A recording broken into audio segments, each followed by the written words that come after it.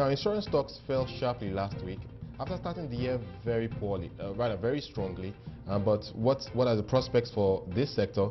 We have standing by in Joburg, Oyebola Faride, as an analyst with AGH Capital, to give us his perspective on the insurance sector. It's great to have you on the show, Oyebola. And I think a good place to start is, what are you telling investors that are speculating in this sector right now?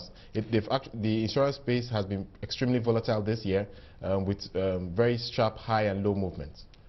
Good morning, Wale. Thank you for having me on the program once again.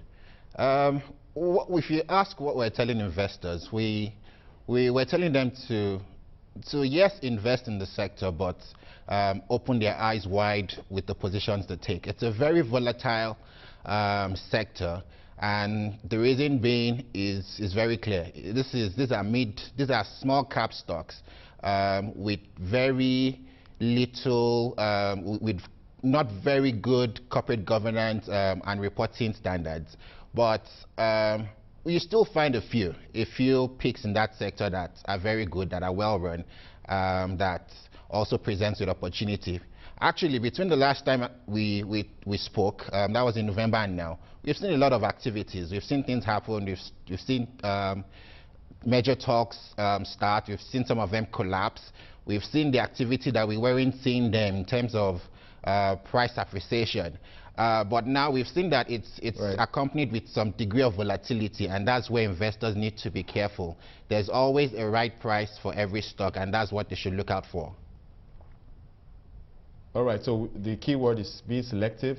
But give us your broad view, broad expectations for earnings. Of course, that is what should drive value. The earnings season for the insurance space will probably kick off closer to April, when we begin to see the likes of Guaranty Trust Assurance release numbers. What are your broad expectations, and which companies do you think will stand out in that earnings season? Broad expectations for earnings for the sector is quite good for the well-run companies. I would always have to put that caveat. We should be looking at a range of between 15 to 25% increase in earnings, because the penetration level at the moment is still very low. We are looking at around 10%. There's opportunity to really grow this sector.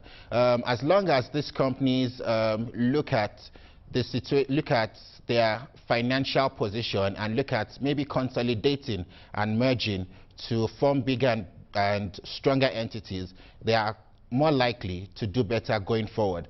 Also, with the advent of the current no premium, no cover policy, the sector is expected, beyond the 2012 earnings that we're looking at, the sector, in my opinion, should do very well going forward into the future.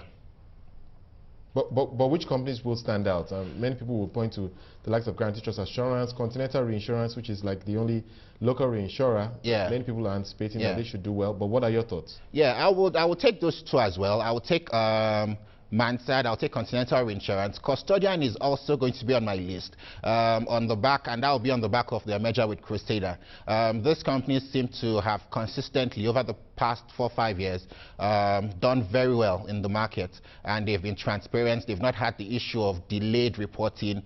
They've also employed slightly decent investment strategies, which is very important to success in the insurance business. Besides this, they're also well capitalized, So those are the ones I will probably be looking at to pick in. On the converse, let me also say that let's look at the broader.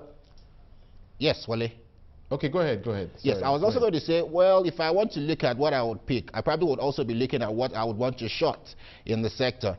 We've seen a real kind of bandwagon movement in the sector, and we've seen a number of stocks rally. If I'm holding some of those stocks, it's probably a good time for me to get out, pending the time some of these companies get themselves right and put their house in order.